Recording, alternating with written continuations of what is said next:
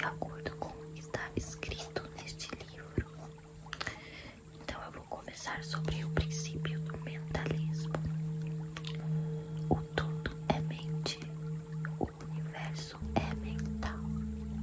O todo é mente, o universo é mental. Este princípio encerra a verdade de que tudo é mente e explica o todo, a realidade substancial oculta por trás de todas as manifestações e aparências que conhecemos sobre os nomes de universo material, fenômenos da vida, matéria, energia e etc.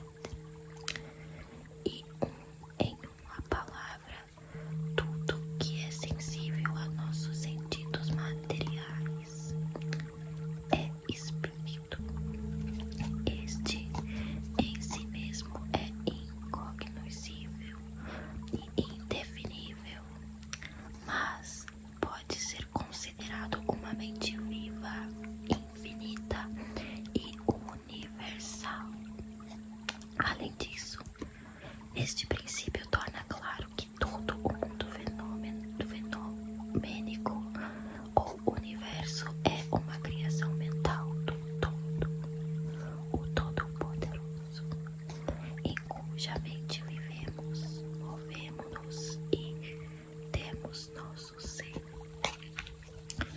Ao estabelecer a natureza mental do universo, o princípio do mentalismo expõe os vários fenômenos mentais e psíquicos que tanto despertam a atenção pública e que, sem tal explicação, não são compreensíveis e desafiam todas as hipóteses científicas.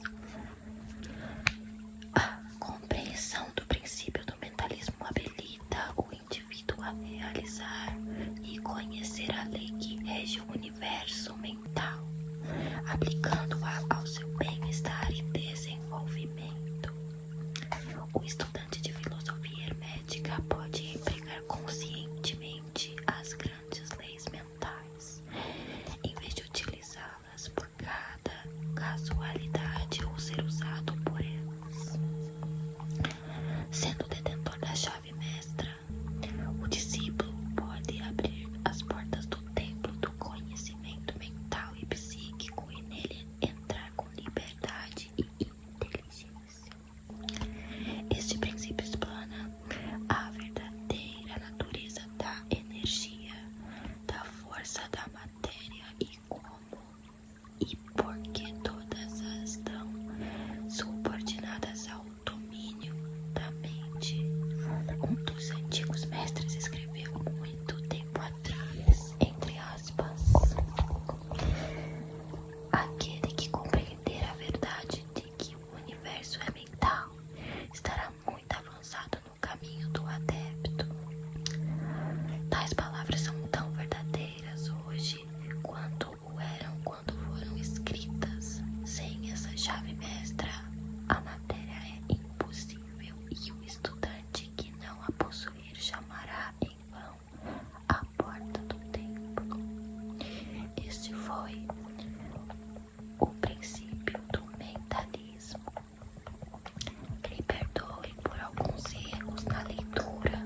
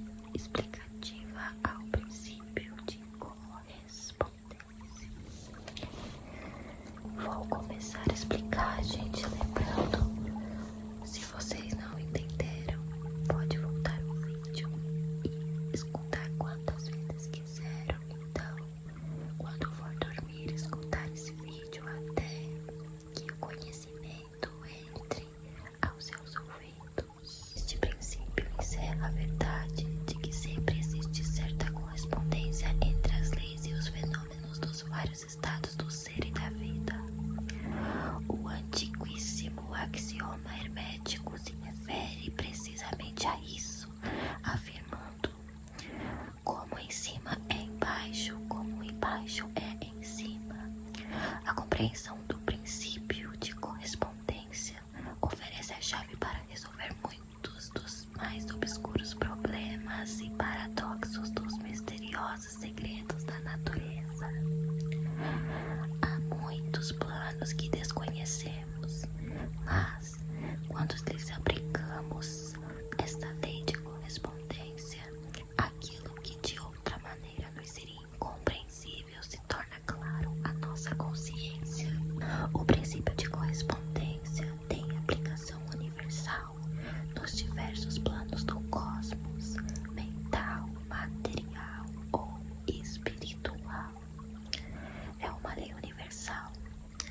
Os antigos hermetistas consideravam este princípio um dos mais importantes auxiliares da mente, por meio do qual se podem remover os obstáculos que nos ocultam da vida desconhecido. Sua aplicação pode rasgar um pouco do véu de Ísis, de tal maneira que nos permita ver em parte as feições da deusa, assim como deter os princípios da geometria habilita o homem para medir o diâmetro, a órbita e o movimento das estrelas mais distantes, enquanto permanece sentado em seu observatório. O conhecimento do princípio de correspondência permite-lhe raciocinar inteligentemente do conhecido ao desconhecido. Ao estudar a mônada, chega-se ao entendimento do arcanjo, e este foi o explicamento segundo livro do segundo princípio, o princípio da correspondência. Novamente me perdoem pelos erros de leitura, mas eu vou dar início à explicação do nosso terceiro princípio, que é o princípio da vibração. Vibração, vibração, vibração, vibração, vibração, vibração.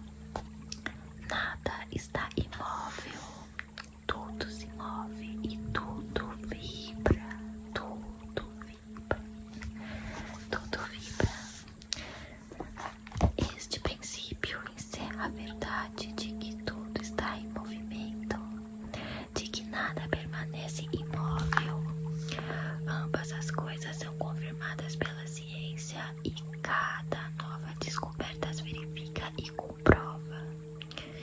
Apesar de tudo, este princípio hermético foi anunciado centenas de anos antes pelos mestres do Antigo Egito e explica as diferenças entre as diversas manifestações da matéria, da força, da mente e do próprio espírito, que são o resultado dos vários estados vibratórios, desde o todo, que é puro espírito, até a mais grosseira forma de matéria.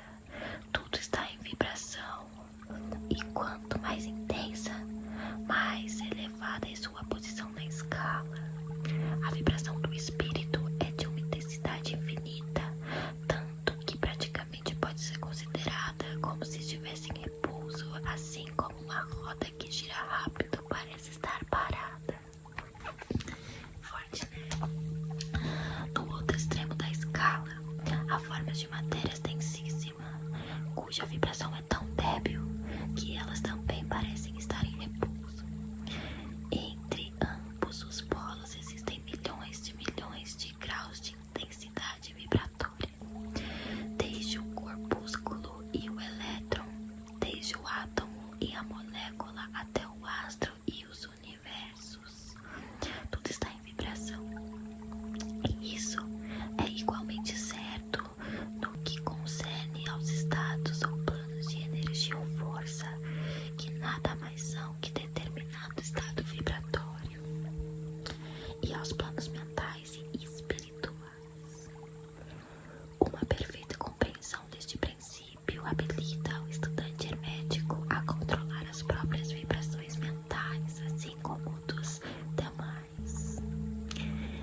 Os mestres também empregam este princípio para conquistar os fenômenos naturais. Aquele que compreende o princípio de vibração alcançou o cetro do poder, observou um dos mais antigos escritores. E este foi o terceiro princípio, o princípio da vibração. Agora vamos ao quarto princípio, que seria o princípio de polaridade.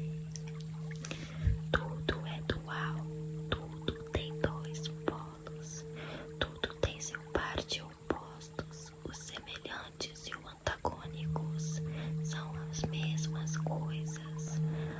Os opostos são idênticos em natureza, mas diferentes em grau. Os extremos se tocam, todas as verdades são meias verdades. Todos os paradoxos podem reconciliar-se.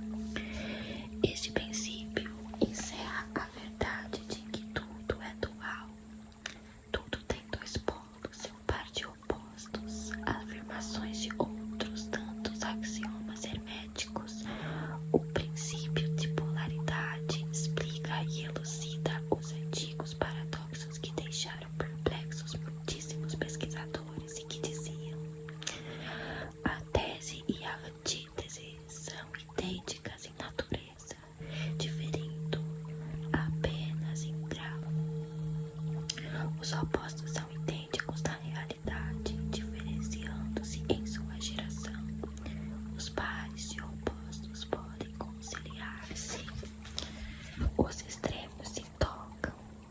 Tudo é e não é ao mesmo tempo. Todas as verdades são apenas meias verdades. Toda a verdade é meio falsa, e etc.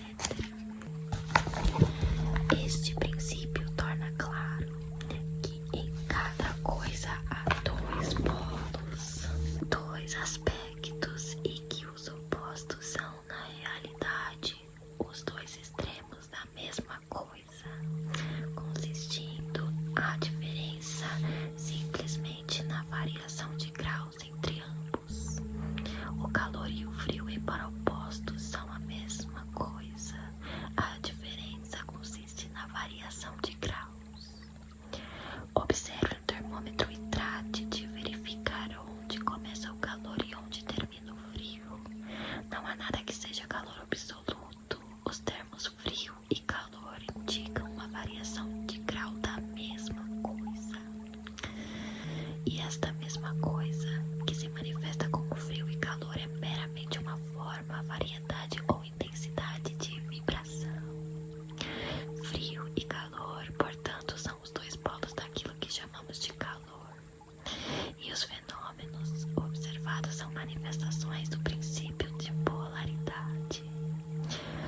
Os mesmos princípios se manifestam na luz e na escuridão, que em síntese são a mesma coisa, sendo a diferença ocasionada pela diversidade de graus entre os dois polos do fenômeno, onde termina a escuridão e onde começa a luz. Qual é a diferença entre grande e pequeno, entre duro e mole, entre preto e branco, entre alto e baixo, entre positivo e negativo? O princípio de polaridade explica esse paradoxo. O mesmo princípio opera de maneira idêntica no plano mental. Tomemos, por exemplo, o amor e o ódio. São dois estados mentais distintos à primeira vista, e notaremos que há tantos graus entre ambos que as palavras usadas para designá-los, agradável e desagradável, esfumam-se uma nas outras, até o ponto em que muitas vezes somos incapazes de afirmar se algo nos causa prazer ou desgosto. Todos são gradações de uma mesma coisa. Como o leitor compreenderá claramente, por menos que reflita a esse respeito. E mais do que isso, é possível mudar ou transmutar as vibrações do ódio em vibrações de amor na própria mente e na dos demais, o que para os hermetistas é o mais importante.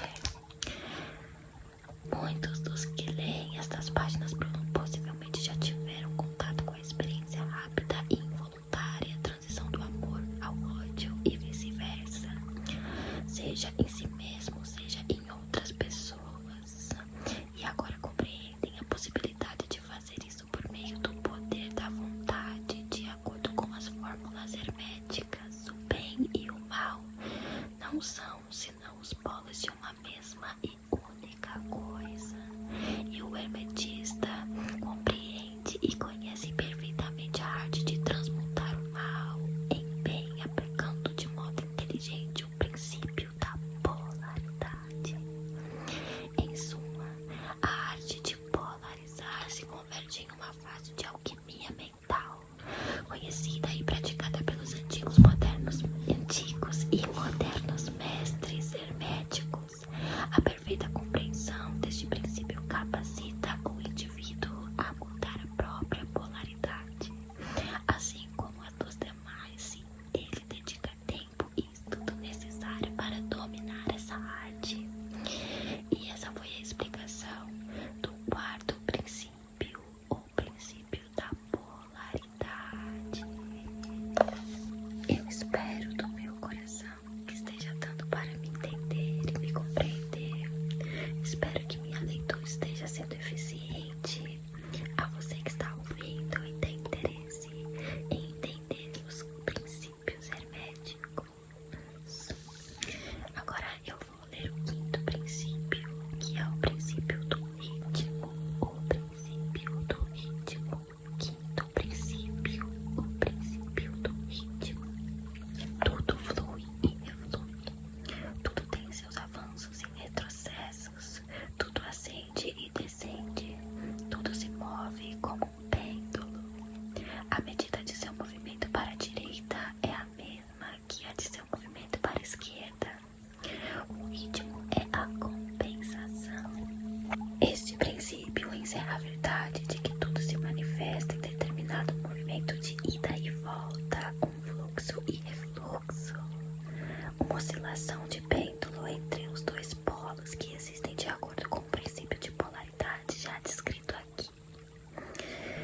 Há sempre uma ação e uma reação, um avanço e um retrocesso, um ascenso e um descanso. Esta lei rege tudo: sóis, mundos, animais, mente, energia, matéria, e se manifesta criação e na destruição dos mundos, tanto no progresso quanto na decadência das nações, na vida, em todas as coisas, e por fim nos estados mentais do homem. E é com referência a este último aspecto que, segundo creem os hermetistas, este princípio é o mais importante. Os hermetistas descobriram o princípio do ritmo, encontrando-o como de aplicação universal, e descobriram como evitar seus efeitos fazendo uso de fórmulas e métodos apropriados. Empregam para isso a lei mental de neutralização. Não podem anular o princípio nem impedir que opere, mas aprendem a eludir seus efeitos até certo ponto, dependendo do domínio que se tenha nele. Sabem como usá-lo em vez de serem usados por ele. Neste e em outros métodos parecidos consiste a ciência hermética. O mestre polariza a si mesmo no ponto em que deseja permanecer e então neutraliza a oscilação rítmica pendular que tenderia a arrastá-lo para o outro polo.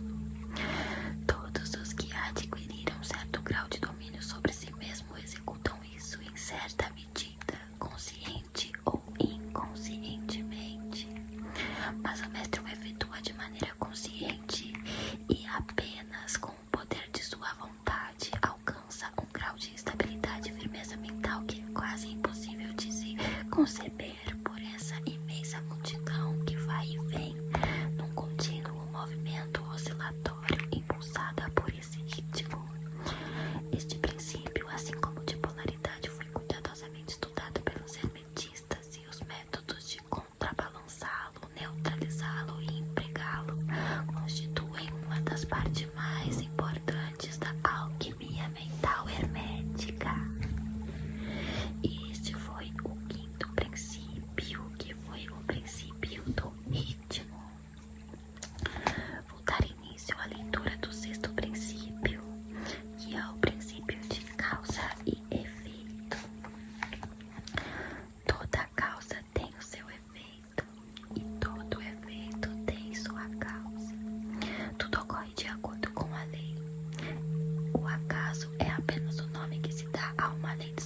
estabelecida. Há muitos planos de casualidade, mas nenhum deles escapa à lei. Este princípio encerra a verdade de que todo efeito tem sua causa e toda causa tem o seu efeito. Afirma que nada ocorre casualmente, que tudo sucede conforme a lei. O acaso é uma palavra vã, e embora existam muitos planos de causa e efeito, os superiores dominando os inferiores, ainda assim, nenhum escapa à lei. Os hermetistas conhecem a artes e os métodos para ascender além do plano ordinário de causas e efeitos até certo grau, e alcançando mentalmente o plano superior, tornam-se causa em vez de efeito. As multidões se deixam levar arrastadas pelo ambiente que as envolve ou pelos desejos e as vontades dos demais, se estes são superiores a elas.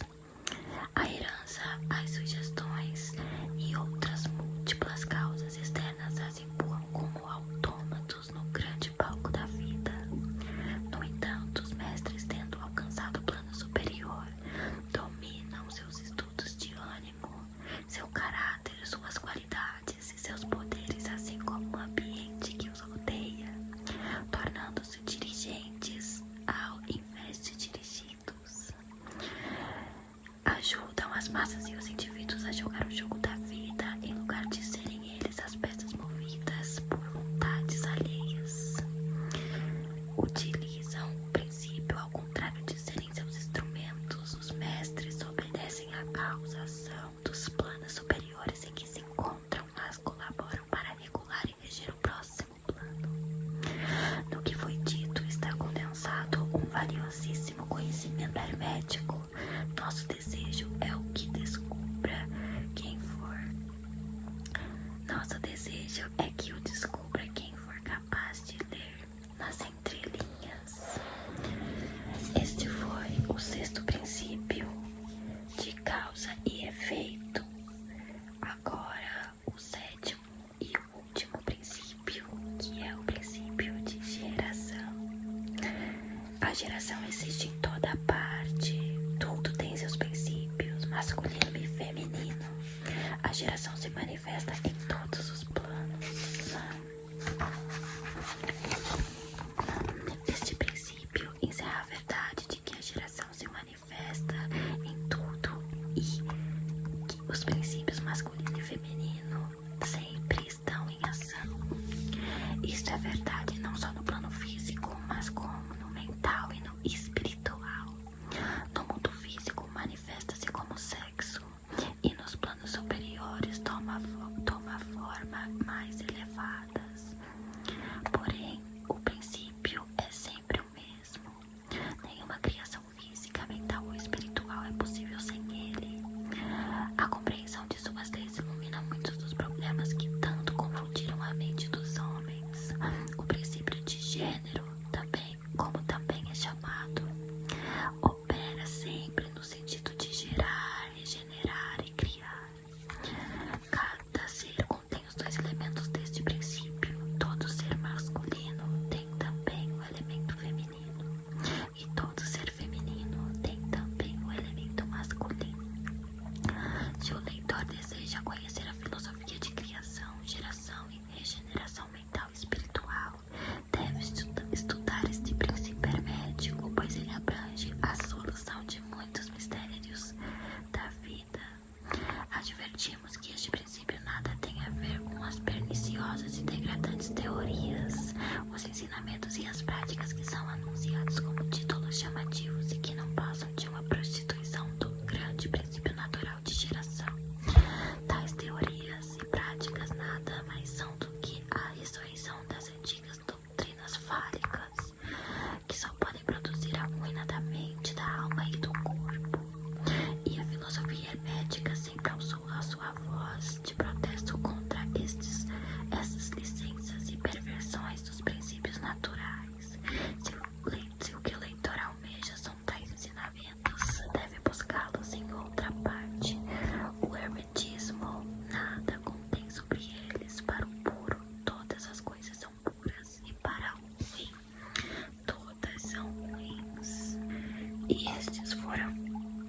O cérebro